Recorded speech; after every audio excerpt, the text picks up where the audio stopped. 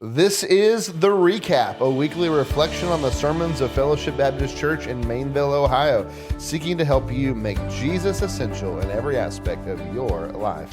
I'm your host with the most this week, Brent Wilson. You don't get to freestyle. Whoa, I'm still doing the intro, all right? I'm not done, okay? And I'm here with the interrupting preacher of this week's sermon, Ryan Tiberius Land. Ryan. It's scripted. You don't get to freestyle on the intro. See, what's happened is I'm having to assert my dominance over the host role because you have once again stolen my host chair. I ran past him in the hallway. Literally sprinted past me in the hallway. My seat. To get the host chair. And then he thinks he can just come in here and freewheel the intro. Man, I'm a rebel without a cause. Sometimes I do think that I want to change the intro to instead of saying this is the recap to just going, hey, it's the recap. Let us know in the comments if we should change. Recap. Hey, it's the recap. If we should change it. Yeah, so I think about it sometimes. Like, what if I just started an episode? Hey, it's the recap. Well, because we're so awkward and tense, we need to break the ice. Okay. Yeah. So, you talk about hope. That is funny that we have an icebreaker question. Like, we haven't been talking to each other all day. I know. I think it really just is our excuse to be able to let other people in on our bantering, our life, our interests. Is this a football related question? It is. I knew it. Football is in the air, folks. Yeah. Brent asked me this morning, can you smell the football? It's beginning to smell a lot like football. Football is in the air, and you talked about hope this week, and so here's my question. What is... Well, I'm going to give you three. What are your three hopes for football in the year of our Lord, for NFL season 2025? One is so easy for me. Okay. The Chiefs don't go to the Super Bowl. The Chiefs don't make the playoffs. Like, that feels like too much to ask, but it's like the Chiefs don't make the AFC Championship. Okay. That was one of my hopes. Okay. I'm just sick of it. Yeah. It's like, I also hope the Eagles don't go to the Super Bowl. Yeah. Sorry, Matthew Schroll. But it's like, I'm just sick of it. Yeah. I hope here's a real hope. I hope that the Super Bowl matchup this year is both teams have not been to a Super Bowl in the last 5 years. That's my hope. I like that. Does that exclude the Bengals though? Oh shoot. Yeah. No, not them though. They're exempt. They're exempt. Okay. That was 2023? Something like that. No, maybe two. Okay. Yeah, no, they can go. I'm just bored. I'm bored of the Chiefs. I'm bored of the 49ers. I'm bored of the Eagles. Yeah. Like, I was just like, someone new. Yeah. The Bengals, the Bills. I'm trying to think of an NFC team. The Commanders. Yeah. Like, that would be exciting. But I do hope that that the Bengals make the playoffs. That's my hope. And I hope I can't say that. It was Cowboys related. Okay. I hope that Jerry Jones sells the Dallas Cowboys. That's my That's my other hope. Okay. What are yours? I agree. I have a hope that my hope is that the Chiefs do not make the playoffs. That they are hot garbage. I actually really hope the Raiders win that division. Not the Broncos? Because I love Pete Carroll. Okay. No, I think the Broncos could win that division. I actually today at lunch said I stake my claim. I said they're going to win it. But I hope the Raiders win it because I love Pete Carroll. So hope the Chiefs suck. Hope that it's so negative. It's such a negative hope. Yeah, I hope that the Super Bowl is the Bengals and the Lions. Oh, because that's win-win. The two cats. The two cats. Where's the Super Bowl this year? No idea. New Orleans? No clue. Okay. I don't know why he said no idea, and then I was like, but do you know if it's this town? Yeah, no idea, no clue. Not an inkling of an idea. Yeah. Well, I also hope that Chris Collinsworth doesn't have any Cowboys games. That's another. Man, Patrick Mahomes. Oh, Dak Prescott looking a little Mahomesian right there. Now, here's a guy who's been working really hard. Stupid. And my third hope would be that the Panthers can win their division. I think they can. They certainly can. It's between them and the Bucks for sure. Yeah. The Saints ain't winning that division. Congratulations, what's the dude? I can't even think of his name right now. It's the UT quarterback. The guy that, where did he go? Manning. No. Oh, Archie Manning? Arch Manning. Congratulations, Arch Manning. You are a New Orleans Saint. New Orleans Saint or potentially Cleveland Brown. I don't think they have enough quarterback locker space. I think all their quarterback lockers are used up, all 6 of them. Yeah. So we should do a like a football podcast that is like I don't even know, but it's like so we can just clear the sermon podcast of all of our football talk. Oh yeah. Just get it out of our system. I do need to get it out of my system. All right, that's football. What are your hopes? Leave them in the comments on the YouTube channel or on the Spotify. I think you can leave comments on Spotify now. Can you? Yeah, on podcasts. On some of them. I don't know. Let us know your football hopes and dreams. Who day? Who day, baby. Who day. All right. So we talked about hope this week. We're talking about the final 2 lines from the Apostles' Creed. Do you know what I almost titled this sermon? What? The Final Rebellion. Like a rebellion against death? Mm-hmm. Ooh, I like it. And I was going to talk about how rebellions are built on hope. Oh. Like from Rogue One. No, and Andor. That's good. So, I like but that. it was too long, so I couldn't get that in. Yeah, you were almost a Matt Chandler link sermon this week. We don't have to talk about it in front of people. We don't have to? If you didn't notice how long it was, that's okay. If you did, keep it to yourself. You still haven't beat my record for the longest. I'm in the 50s. I think I've done I don't know. You probably have maybe done one. I think I got like a 53 or in there somewhere. Golly. I'm sure it was great. It's long. Yeah, for sure. We sit down and watch Netflix for longer than that, though. Yeah. I will say, I've watched a couple shows recently that were like 50-something minute shows. Mm-hmm. And I was like, whew, long. Mm-hmm. I'm used to the 43-minute. Mm-hmm. So it's like, I thought this should have been over by now. But anyhow, so funny. My goal every week is 35 minutes, and I'm not sure I've ever hit it. So maybe a family Sunday, 'cause the kids giving me the added pressure. To go quick. That's hard. It is hard. Short's hard. People don't get that. You got to work harder to preach shorter. You do.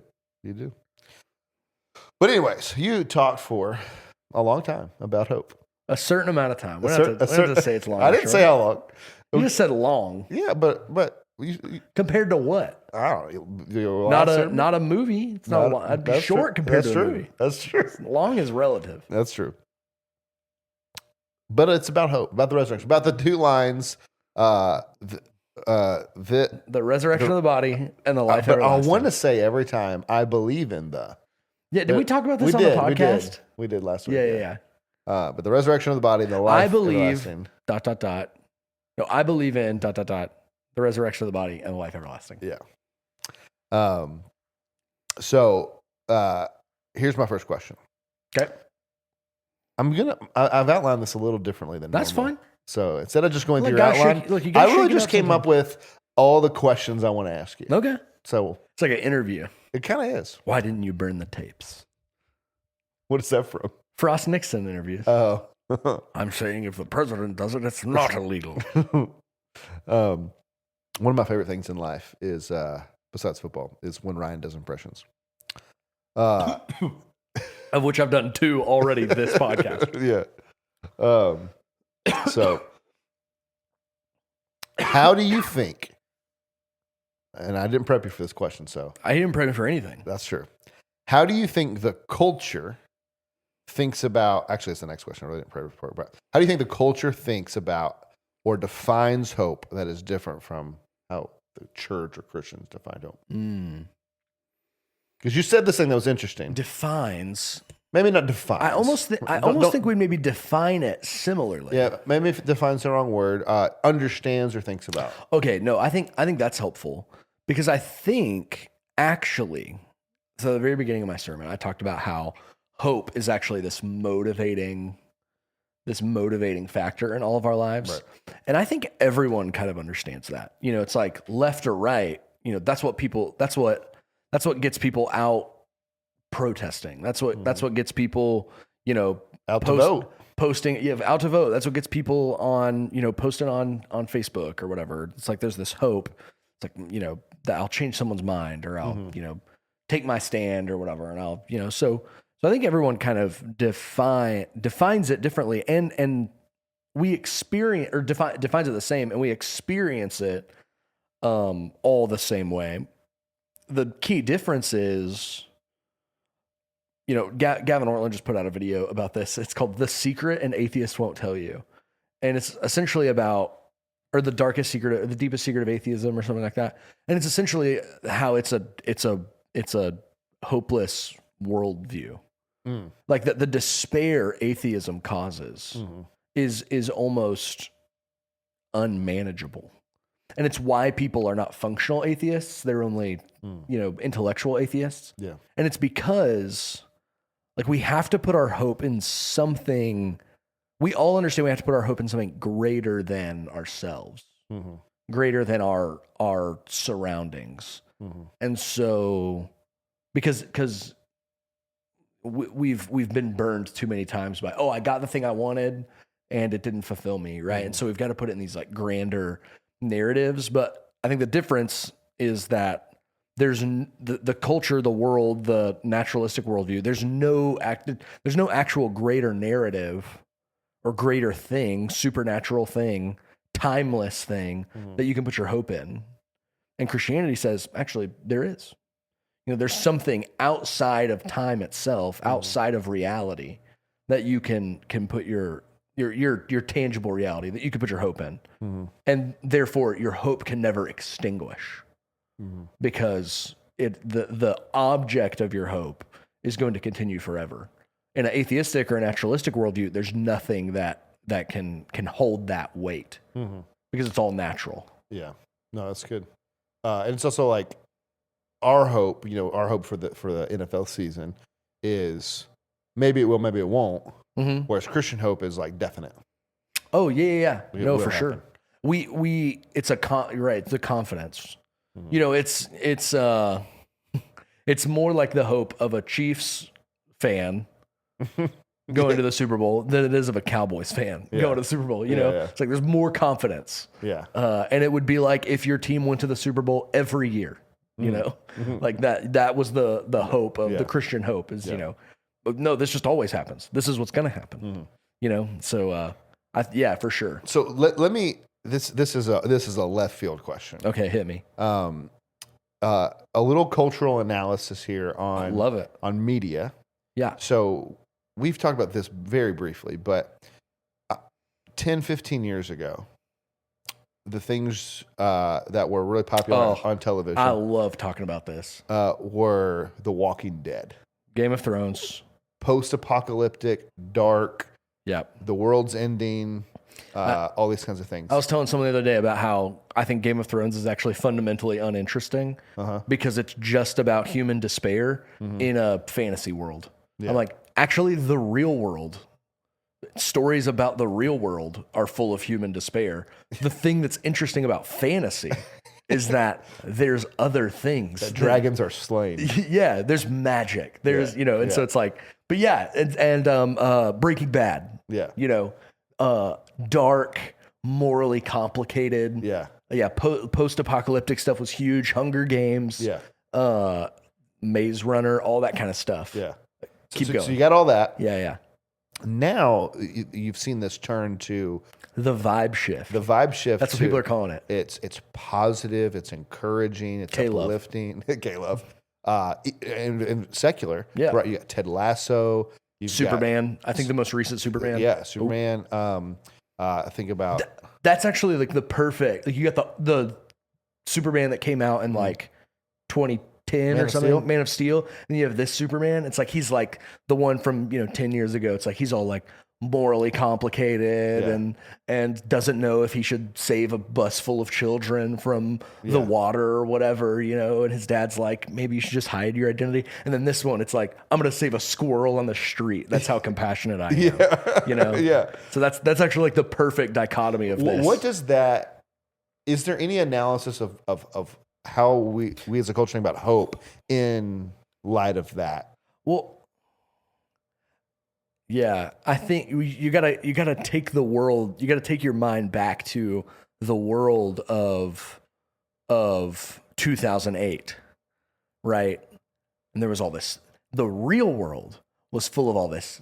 Obama ran on hope and change. So you've got all this hope, and you've got all this energy in the world, and you've got all this, cultural. People think the cultural change is like swinging positively. Now was not the overwhelming view of Christians particularly, but the vibe of the world was that. And so I felt, you can feel like, oh, we can teeter a little bit into these like complex characters because we can think about that. We can go to that place. And now I think the overwhelming narrative is the real world is so dark and broken and messed up that it's no longer fun to watch The Walking Dead. It's like we're actually watching the institutions fall apart around us. We don't want to watch the world fall apart in The Walking Dead. It's like, no, we actually want a moral exemplar. We don't want Walter White. Yeah. We want the moral exemplar of Ted Lasso. Yeah. And so I think it's a reaction to the narrative of the world around us. It's like things feel so uncertain and feel so scary that our media has said, let's imagine a world that's not like that. Yeah. Yeah. I wonder, and I could be overthinking this, but I wonder if the Walking Dead sort of post-apocalyptic time gave us hope in the sense that like it's kind of the opposite of what you're saying, but I hadn't thought about that. But of like, it's like, oh, the world can get remade. So everything can end and we can kind of begin to rebuild it ourselves. No, I think, yeah. I think you're right. I think because you look around the real world and you think, look how well we've done. And you think, so if everything messed up, the human spirit, we got it. The human spirit would triumph. Yeah. Like good would conquer. And now we're not so sure. It's like, would it? And so we're a little bit too scared to go there. And it's like we actually think we'd actually just be District 1 in the Hunger Games. Like that's like the capital. Yeah, it's like we'd all just be like, well, either we'd be the people who are like in the mines or whatever, or we'd be the people just like eating food and making ourselves throw up and then watching, kids kill each other for sport or whatever. And it's like the redemptive element of that has kind of faded out. And so now I think it's like we need to remember, like our media is trying to remind us. It's like, no, there is like the whole thing about Superman, it's like what it is to be human is to be weak and still try to do the right thing. And that's what Superman tells Lex Luthor at the end. He's like, that's my greatest power is that I wake up, I put one foot in front of the other. Sometimes I mess up and sometimes I don't, and so I think we're like our culture is reminding us, because then the pendulum's just going to swing back. We're going to be like, oh yeah, we're actually pretty good, and then we're going to get back into the darker stuff and be like, but because we could rebuild, we could do it. That's so interesting. I'd never thought about that. Yeah. So culture thinks about hope, needs hope, craves hope. Yeah, and on the hope sense, it's like in the darker sort of media, it's kind of like navel gazing. Like the hope is in ourselves. And I think in the era we're in right now, like we feel very hopeless. And so we look to fiction to bring us hope. Yeah. This is just a fascinating aside about fiction. It is typically the case that most people don't like fantasy, right? That's kind of a subgenre that people think is nerdy or whatever. Yeah. Feels like it's changed, particularly with women, because there's all of these like romance novels now that are blowing up that are in the fantasy world that women are reading. And so it's just fascinating to me about how many women are reading fantasy. Oh yeah. And just like nerd culture in general has just become popular culture. I'm here for that. Like across the board. Yeah. No one knew who Iron Man was, in 2006. And then the movie came out in 2008. And then by 2012, like the highest grossing movie of all time and the highest paid actor is Iron Man. Yeah. So that's just a whole nother That's crazy thing. That's crazy. All right. So let me go a little more theological. Okay. Apart from obviously the salvation part of the resurrection of Jesus, What are the implications? You talked about Gnosticism, all that. What are the implications of the bodily resurrection of Jesus for how we think about? What are the implications for how we think about? Yeah. So if you just go to the text, this is a textual argument. All the gospels that cover the post-resurrection appearances emphasize Jesus's physical body. Yeah. It was a big deal to the authors that they people touch him. Yeah, 1 John. Him we have seen with our eyes and touched with our hands. They show him, or they talk about him eating, right? And so this was something that was obviously very important to the author, to the writers of the Gospels.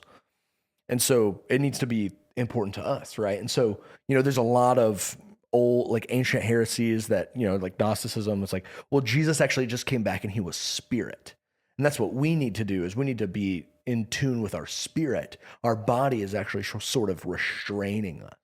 We're a meat suit with the spirit. And I think the Bible overwhelmingly from Genesis to Revelation rejects that, because everything about humanity is about being embodied. Right. And so our bodies are super important, and our conscious mind is not separate from our bodies. Right. So do you remember which C.S. Lewis space trilogy book it is that has the NICE institute? It's NICE. That's the third one. And their whole thing. Okay. So what is hideous strength? That hideous strength. And so in that hideous strength, they're trying to, there's this tech corporation sort of thing. And their whole goal is, they're like, if we can separate the human consciousness from the body, and we can make so many technological and life-changing advancements, and our bodies are just getting in the way. Mm-hmm. Right. And so it's, and I think people like the guy I talked about in my sermon, the tech guru guy, I think he probably thinks like that. It's man, if we could just, so he's, instead of getting out of the body, he's like, how can we just fix the body indefinitely? And I think, is a good aim, right? Because he's at least recognizing that we need the body. Mm-hmm.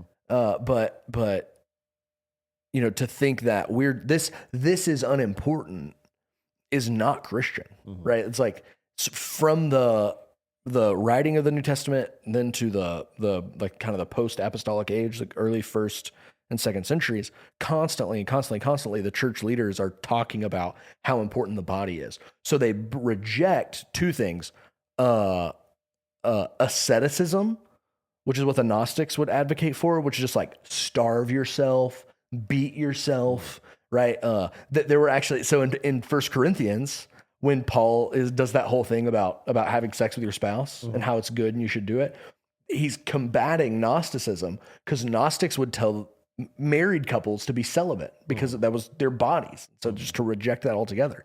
And so because we're embodied, we need to reject asceticism, but we also have to reject, not gluttony, but what am I thinking of? Just do whatever you want, eat whatever you want, It's like licentiousness. Yeah, licentiousness. That's the word I was looking for. Licentiousness, right? So don't just fulfill every desire that you have. Don't just eat anything you want whenever you want it. Have sex with anyone whenever time you want it, in any way you want it. Don't watch whatever. Just fulfill the bodily desires, because we reject asceticism because we know our bodies are good, mm-hmm. but we reject licentiousness because we know they're broken.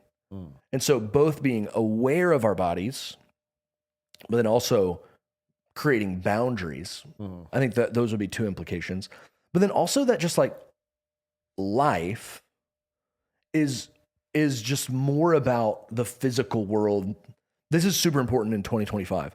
Life is just more about the physical world than we want to believe.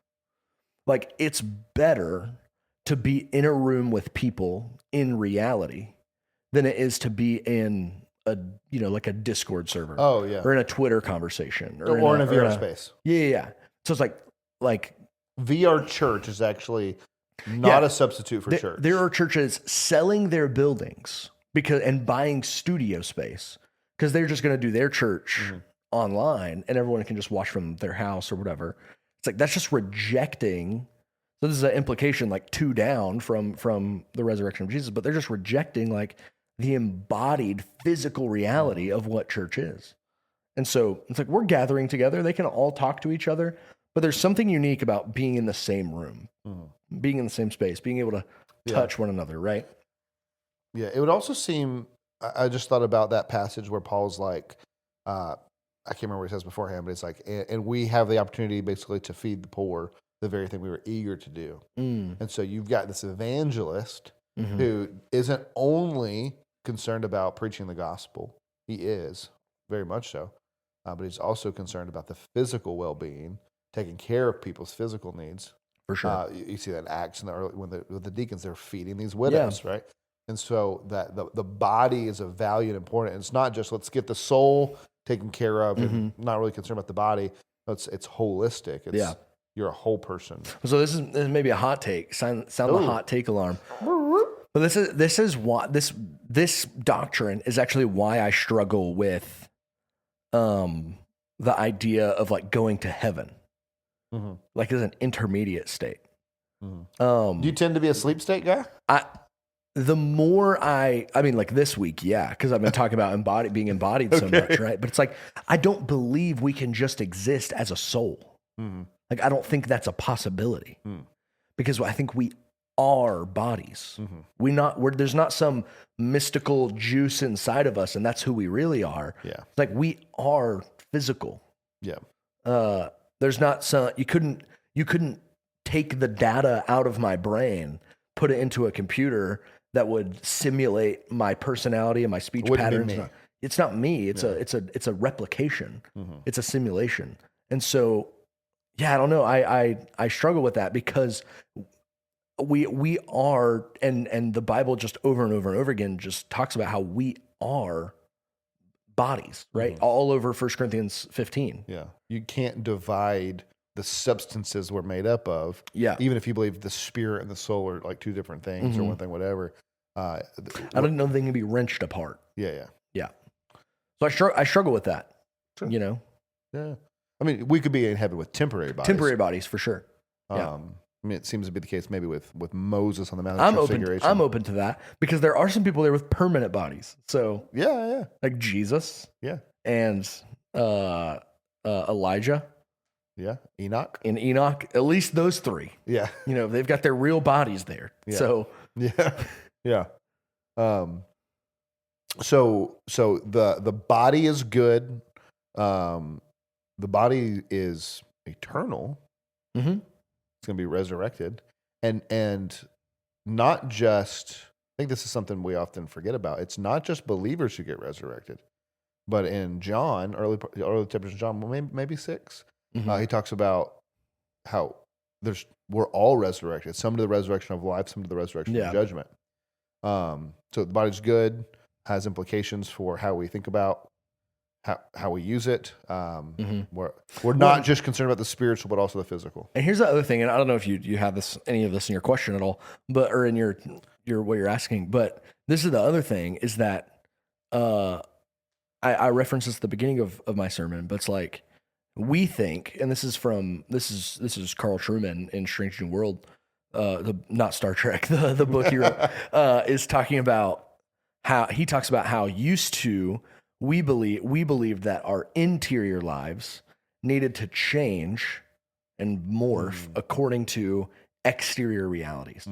And now we believe that our interior selves are unmovable, unshakable. Is the true self. And so anything exterior can actually change to conform to that, which is fascinating from an atheistic or naturalistic worldview, particularly when it comes to transgender ideology, is to say that I'm actually a woman. It's like I'm a biological man, I'm actually a woman. And you say, what is actually a woman? What about you as a woman? And like, well, it's who I am inside. And it's like, you're a naturalist, right? You're an atheist. You reject. You don't even believe in a soul. Yeah. And what inside of you? And and they'd probably sound psychology, but functionally what they're saying is I'm my inside self. And the it can body, only be your consciousness. The body is just as important as the clothes that we wear. They can change from day to day depending on how I'm feeling, which is a total sort of rejection of a naturalistic worldview to say that there's something unnatural, supernatural inside of you that tells your outside, the actual natural thing, what it should be. That's not naturalistic, that's supernatural. But then also the rejection that what is outside is changeable and movable. It's what is inside of me that needs to stay. And so that's just never how any society on earth has ever thought about the world. And actually, like, the world just can't even function off that belief. Because it's like, if I said, the sky's purple, right? You would not tell me, like, no, it's blue. Like, because, well, no, that's just what you see. It's like, but we're going to change it to purple because I think that's like nothing. We can't believe our eyes and ears when we believe that, because anything that challenges our internal thinking should just be changed. Yeah. And so that's the ultimate logical end of that worldview. And so just recognizing that not only are our bodies good and they're eternal, but they're also like real. They're who you are. Yeah, they're essential to your identity. And it's not that our bodies can't be broken. No, for sure. Like our bodies, all of our bodies are broken on some level. They age, right? Sometimes we're born with deformities or missing a finger or something. Yeah. And so they certainly are broken, are going to be redeemed, but it is who you are. So, okay, let me ask you this question. Part of the reason to set that up and talk about the body is important is because we're going to say that our ultimate Christian hope is not that we're going to go up to heaven I'll fly away, being a spirit in heaven. I think about the Dane Cook old stand-up where he talks about being in heaven. He's like, hey, come here, float over here, right? So we're not just going to be like these disembodied floating souls. We're actually going to be resurrected to live on the earth forever. This is our ultimate hope, resurrection on earth forever. Let me start with this. When did you first come to understand that heaven is important? It's just not the end of the world. When did you first come to understand that our ultimate hope was our resurrection? I was probably 18. Okay. And someone read, probably my youth pastor, our buddy Brady, read that passage in Revelation 21 and talked about, I saw coming down the new Jerusalem and the new heavens and the new earth. And it's like literally the first time I'd ever heard anyone talk about it in my entire life. Like about something beyond heaven. Like, cause I remember as a kid imagining heaven, it's like you try to imagine heaven as a kid. You're usually like, sounds boring. It's like you're just playing your harp or whatever. Yeah. And so, it's like, I grew up, I was raised watching movies. And so the end of a movie, a classic ending for a movie is just a slow zoom out, Yeah. And I was just trying to imagine eternity, and it was just heaven, up in the clouds, and the camera is just continually zooming out. Forever. It just never, because the movie never ends. Yeah. So it just keeps zooming out. And so that's just like kind of how I imagined everything ended. It's like we're all in heaven and the camera just continually zooms out, and then someone told me, it's like, no, there's actually something after that. And so I was a legal adult before I understood that. Yeah. Yeah. I was in college, at Bible college, listening to N.T. Wright talk about it. And it being very revolutionary for me. It's like, how did I not know this? This is our hope. And no one has ever talked about it. Like, what? And so that leads me to the next question. Why do you think it is that churches have failed to, and particularly American churches, have failed to capture or teach or understand that our hope isn't heaven, but is a resurrection, new creation? I'm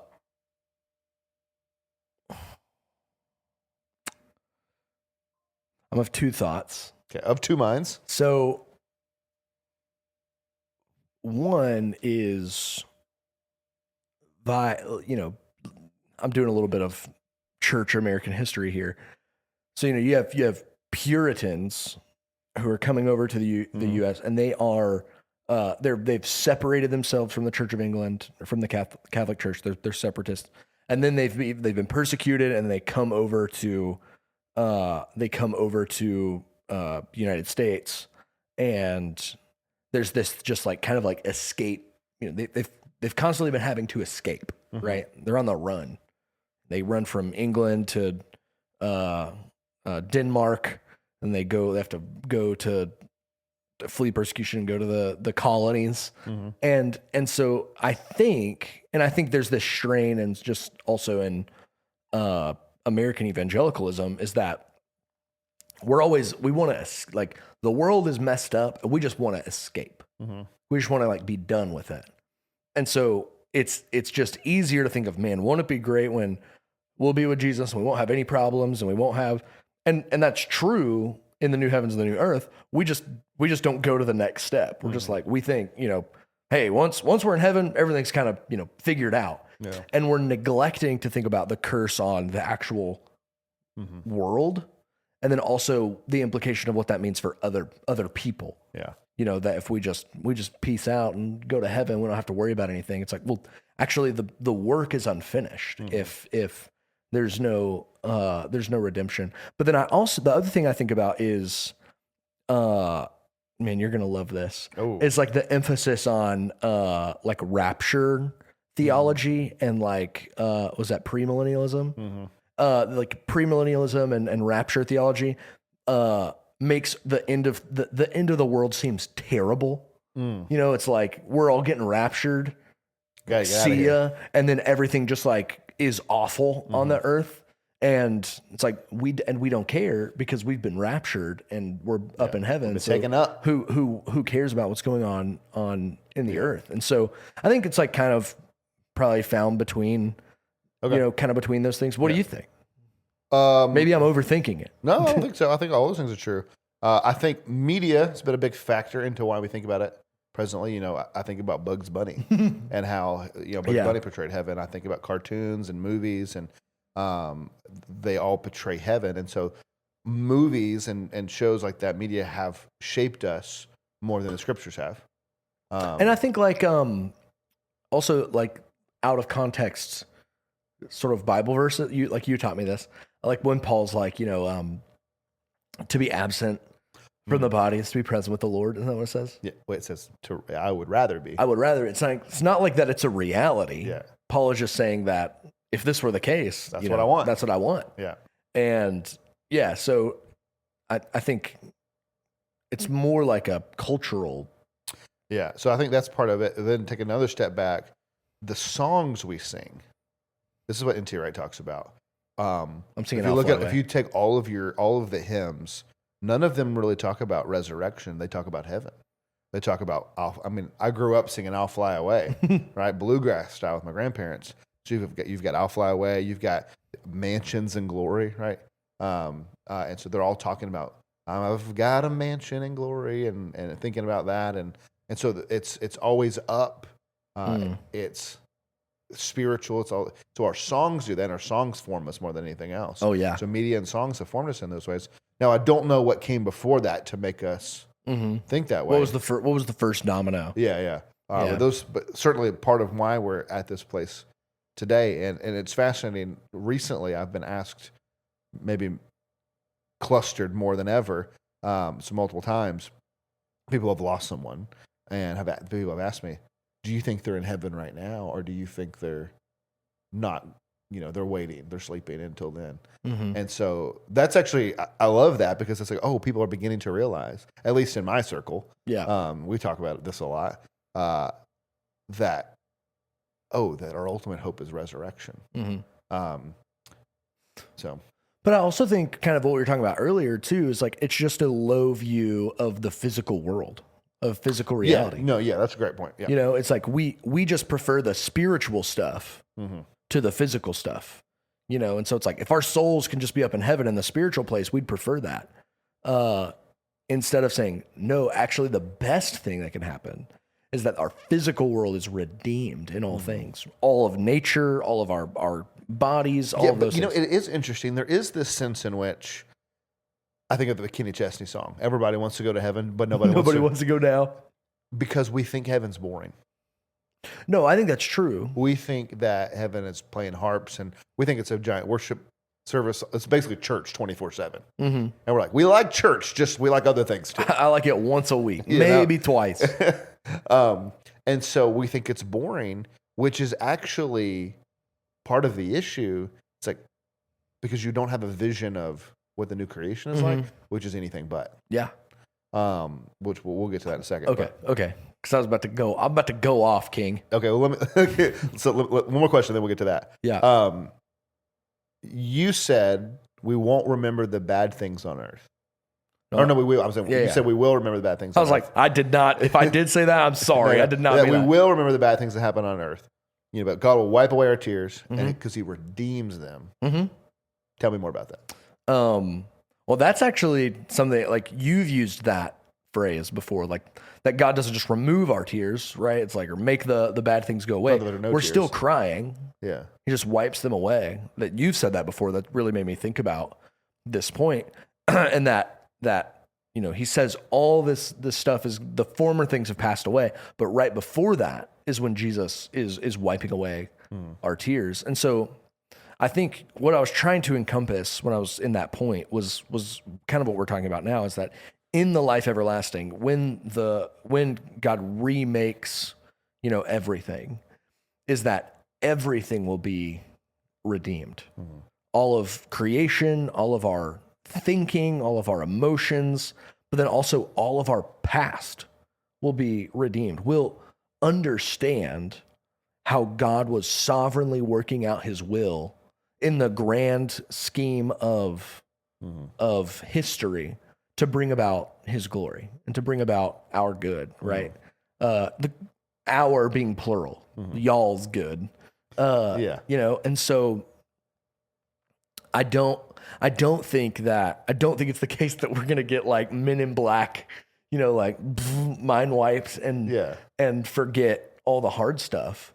We're actually it's because all the hard stuff is going to amplify our vision of how good God was, of how good God is. We'll see it from a new perspective. Yeah. It's almost like... And we'll have no sin blinding our minds, and so we'll fully trust God in his work that He's done. Almost like a kid who grows up not understanding why their parents... made discipline rules, them, discipline them, whatever. And so they get older, like, oh, now I get it. And it was actually loving all the whole time. Yeah. I just didn't have eyes to see it. Yeah. Which I think is such a better motivator and comfort to people than just to say like, hey, but God's got this. Hey, God's working through it. God's, whatever. That's like very simplistic. But, to be able to sit with someone in hardship or, suffering and just like that, it's real. Like the suffering is real. Yeah. And the grief is real and it's hard. And then we don't have to give any sort of easy answer because we know there will be a day where God will reveal all of that to you. And so it also like takes the pressure off us to be like, hey, but God's intending this for good or whatever. It's like we can just grieve. We can just weep with those who weep. We can just suffer with those who suffer and trust that Jesus will ultimately be the one who wipes away every tear and helps us understand. There are sometimes there are phrases or ideas or pictures that, so move you and maybe even others around you, but you feel like you can't adequately communicate them to other people. They don't feel them the same way that you do. And for me, one of those is the all things sad come untrue idea. Oh, yeah. I almost talked about that. You didn't have any time. No. But that picture each one of those movies 3 hours. But so that's Lord of the Rings reference. You could have watched 1/3 of a Lord of the Rings movie in the time you watched my sermon. Extended edition. Extended editions, yeah. But that idea, that everyone thinks Gandalf is dead, then he comes back, and whichever Hobbit I can't remember, or is it Sam? No, it's after the ring's destroyed, right? No, it's when he sees Gandalf coming back. Oh, then it's Merry and Pippin. Yeah, they're the first ones to see. Is everything sad coming untrue? Yeah, I think that's where it is. No, I can't remember. But just that phrase. I thought Sam said it. I kind of think so too. Is it the first time he sees Gandalf after? Could be. Well, then the ring would have been destroyed after that too. But just that the particular the word untrue. that it's it's not the event is gone, but the sadness of it is gone. This is so funny. I feel like we've reversed because I'm usually more the Lord of the Rings guy and you're usually more the Narnia guy. That's true. But gosh, for me, when Aslan says death began to work backwards. Oh gosh, yeah. It sends me, dude. Oh yeah. It undoes me. Yeah. Lewis says somewhere else. I don't remember which book it is, but he maybe The Great Divorce. I can't remember, but he talks about how the spell has to be said backward. Yeah. Can't remember where that is. Me neither. But it is the unwinding of the curse. And I think about Nathan a couple weeks ago saying "Joy to the World." Mm-hmm. And everyone thinks of it as a Christmas song. There's nothing Christmassy about that song. But I love the line, that he's come to make his blessings known as far as the curse is found. Mm-hmm. And the curse is not just found in our souls, it's found in our bodies, and it's also found throughout the whole earth. Mm-hmm. And I love the line that you said from Andrew Peterson, that God hasn't come to make new things. Yeah, he hasn't come to make all new things. But all things new. Yeah. And it's interesting. A lot of times people, I think, misunderstand when they read Revelation 21. It says, I saw a new heaven and a new earth. They think, and the first earth has passed away. They think, it's gone. There's like a literal new globe. Yeah. And it is a globe. But there's a literal new globe. But it's not. It's like amazing. It's like that line, Amazing Grace. It's like the earth shall soon dissolve like snow. Yeah. It's like, will it? Yeah. It's a metaphor. It'll pass away. Yeah. It's like it's refined by fire. It purifies it. Like our bodies. Yeah. Right? Yeah. And so we get new bodies, but they're these bodies made new. Yeah. And so the earth and all that's in it and everything about it is made new. Sorry. You know why that's comforting? I just had this thought. You know why that's comforting? What? It's like, I'm just thinking about like right outside the church office, there's this tree, like in the island. Oh, it's such a great tree. It's like, I love that tree. And it turns like bright yellow in the fall. I love it. And it's like, that tree will be there in the new creation. Yeah. Like not a tree that looks like that tree, but it's like, no, that. As long as someone doesn't chop it down between now and then. You don't think it'll grow back? It could. We just have to re-chop it down. But it's like, it's not, there's like nostalgia. There's like love. Well, and there's. It's a great point. And to go back to Narnia, in the last battle at the very end, they've all died. Spoiler alert. Sorry, you've had 40 years to read it. Longer than that, or right? whatever. It didn't come out in the 80s. 60s. Gosh. It's like, have you ever seen that thing where people think in the 70s were 30 years ago? Yeah. I think it's 2000. So that'd be 60 years ago. Gosh. But they've all died, and they are in true Narnia, and they look out and they see London, and they see Cair Paravel, but it's the true version of it. And they keep saying further up and further, and they're exploring. We got to keep going. We got to see more. We got to see more, because all the things that they loved have now been made whole, and they get to love them even more. Yeah. And so it's not. So let's talk about my last question. Okay. Which is, if someone were to ask you to describe to them what this new creation is like, we think heaven is harps and clouds and floating around. Yeah. What is the new creation like? Okay. Maybe this. I think we talked about this on the podcast. I can't remember or not. I can't remember if this was it or not.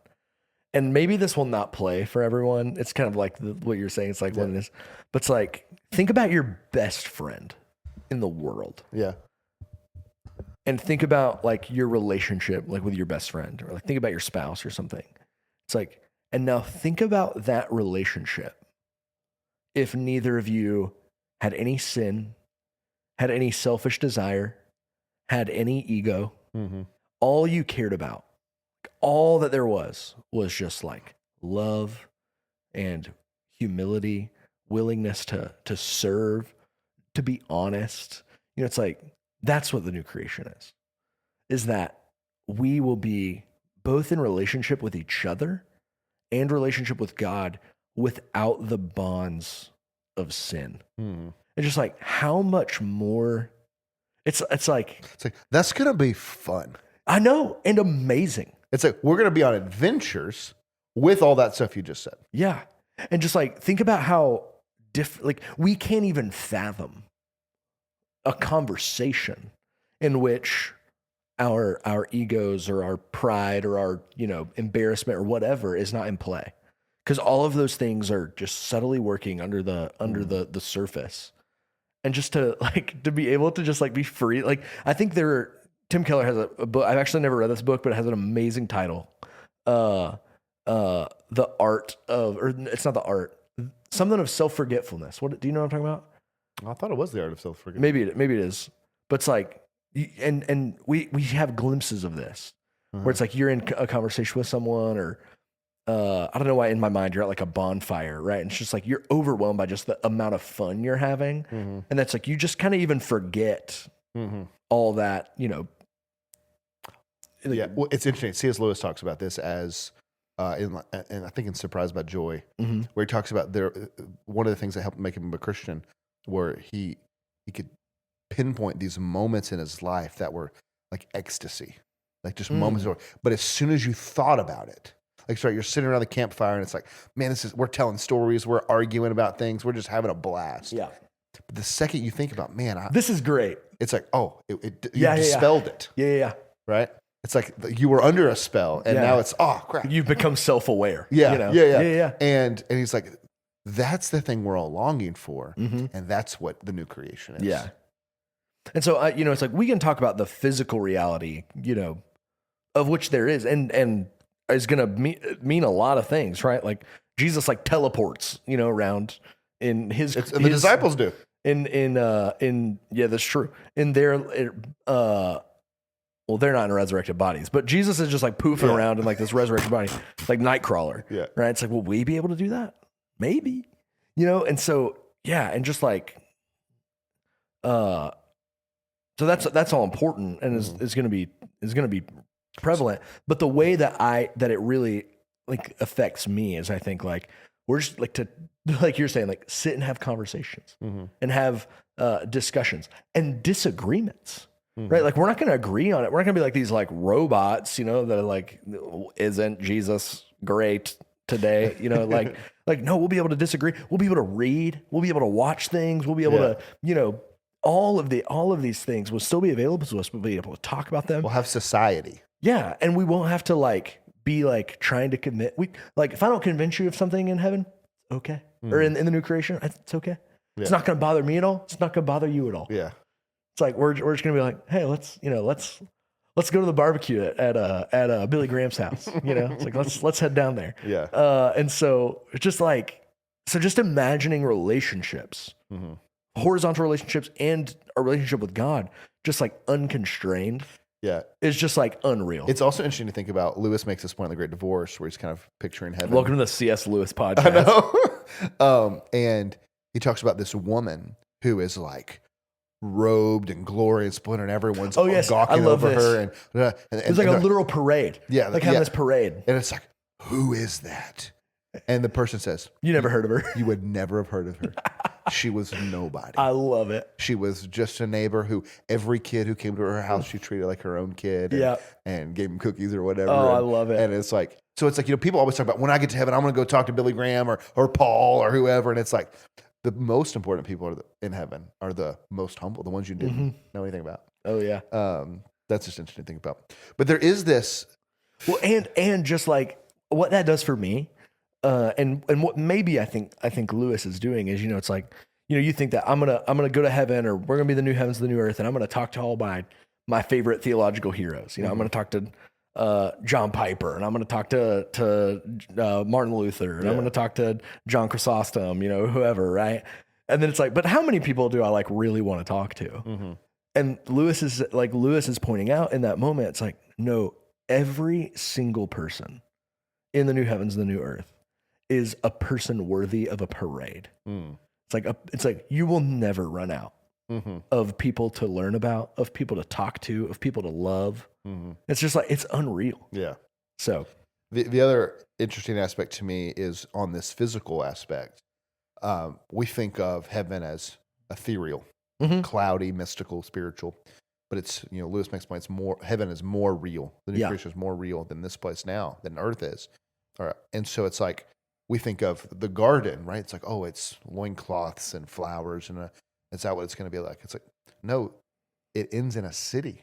Yeah, this is super helpful. The New Jerusalem is a city, and we start in a garden. we end in a city. Yeah. And there's technology. It's like, I love Randy Alcorn in his book Heaven talks about this. And he says, if God allowed fallen humanity to put a man on a moon, Maybe. allegedly. No, we did. We did. We beat those Russians. Then what will he allow redeemed humanity to do? Mm-hmm. And so it's like, we're going to continue to build and wield the point in Genesis 2 commands: have babies, take dominion. And so that command was before the fall.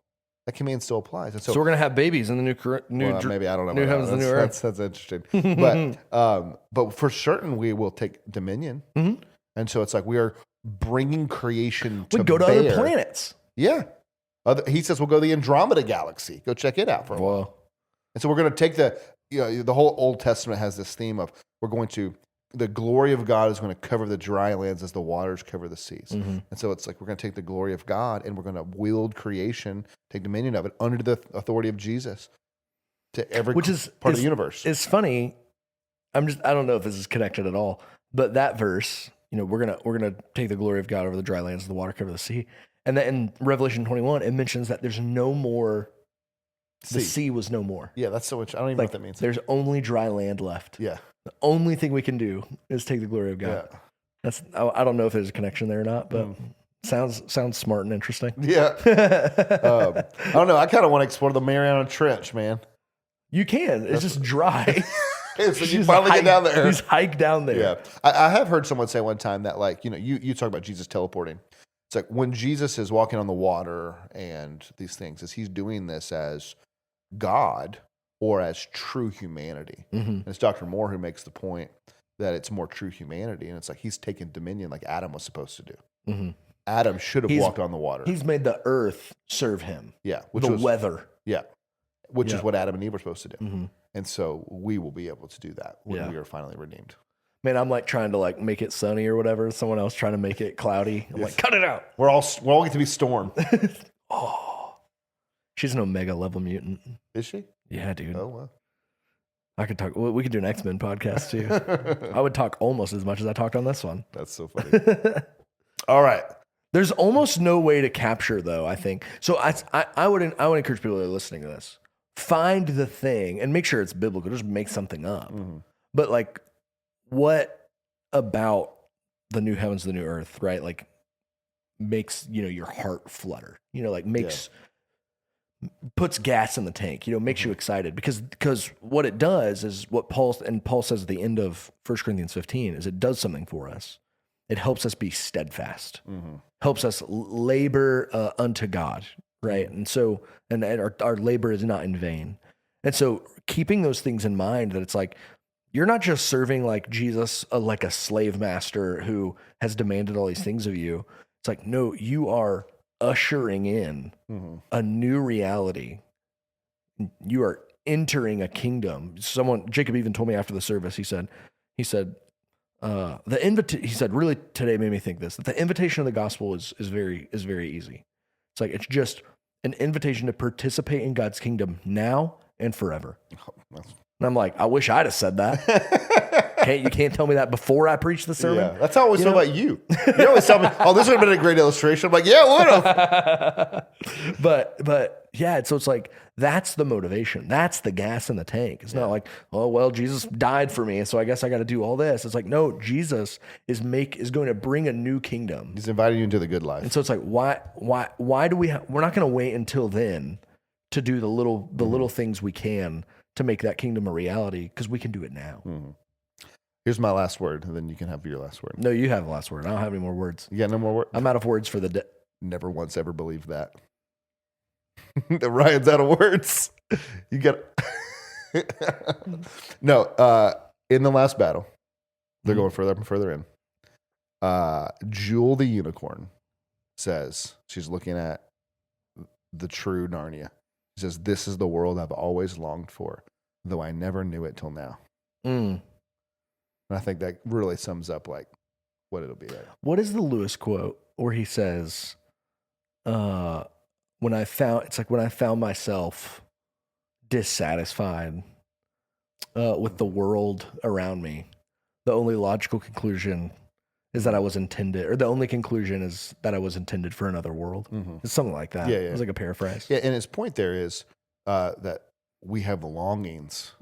You know, that he talks about there's a longing for sex. There's a longing for like physical pleasure and intimacy, and we have that in sex. There's a longing to feel full, and we have food. So there's longings for all these things, and there is something to fill those longings.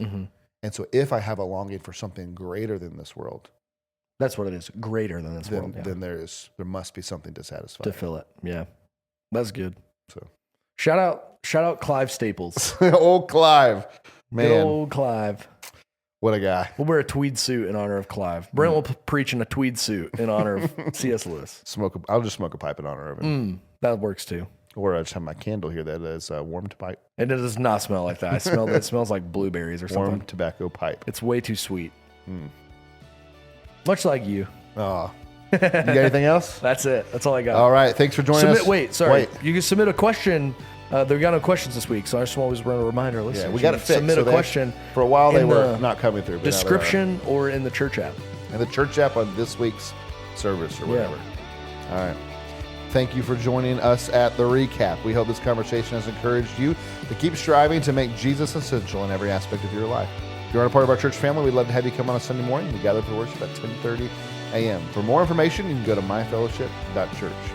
Be blessed.